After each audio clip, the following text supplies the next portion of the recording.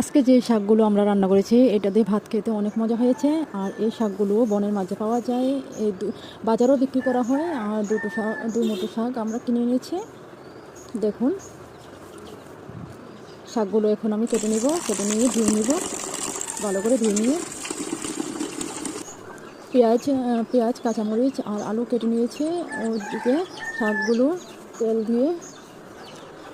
ঢেলে পেঁয়াজ দিয়ে আস্তে আস্তে ভাজা করে নেব। আলু পেঁয়াজগুলো কাঁচামরিচগুলো হলুদ আর জিরা গুঁড়ো দিয়ে আমি এটি ভেজে নিচ্ছি।